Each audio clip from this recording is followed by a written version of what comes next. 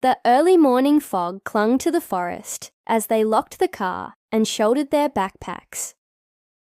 Zoe traced the coordinates on a faded paper map, her eyes glinting with excitement. The cave entrance loomed like a scar in the rock, almost invisible until you were right on top of it. They squeezed sideways through the narrow seam, scraping their jackets against cold limestone. The temperature dropped instantly, like they'd crossed an unseen threshold. Zoe's laughter echoed faintly as she joked about burial grounds. The walls glistened with a sheen that didn't feel like moisture. Strange gouges marked the stone, deep and uneven, as if something clawed its way through.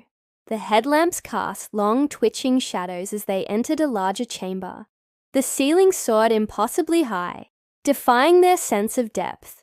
A bundle of bones swung gently from the ceiling, bound with something dark and stringy. A sweet, rotting smell seeped into the air without warning. Zoe stared at the bone bundle, whispering that it wasn't in the photos. A distant scraping sound echoed from somewhere beyond the chamber. A shadow peeled itself from the wall and slithered out of view. Panic set in as they turned back, only to find their rope line cut cleanly. The gouges in the walls were deeper now, some glistening like they were fresh. Zoe began muttering the number of turns they had taken, her voice trembling. They stumbled into a new corridor that felt tighter, like the stone was closing in.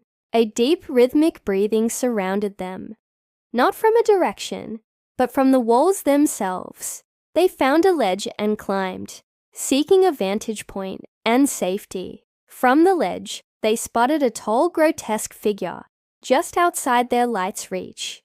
Its body was thin and warped, its head scraping the ceiling. One long arm traced the wall, claws clicking as it felt vibrations. Its head twisted unnaturally until a hollow eye faced them. Zoe nearly cried out, but the narrator silenced her just in time. The creature melted into the darkness, its movements defying physics. Time stalled as they waited, silent, barely breathing. Etchings appeared below them, carvings repeating the same unknown symbol. The markings matched the ones they'd seen near the bone bundle. The breathing returned, now quicker, as if excited. The narrator told Zoe to stay while they explored a hidden corridor. The deeper they went, the darker the stone became, like it had burned centuries ago. Bones cracked underfoot, brittle and ancient. But the narrator didn't dare look down. A chamber opened with carved figures bowing toward a central pit. Something slithered in the pit, wet and slow, unseen. The narrator fled back, heart pounding, mind fraying. Zoe was gone from the ledge, vanished without a sound.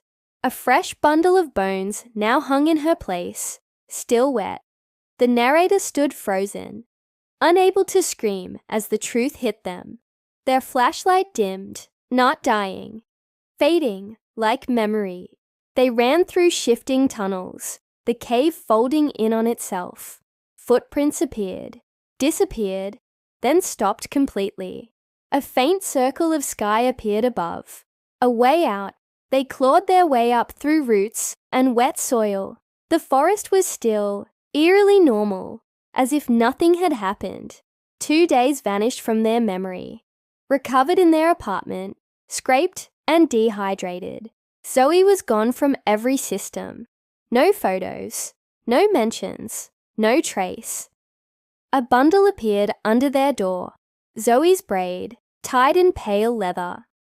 The last thing they read on the leather: "You were meant to watch."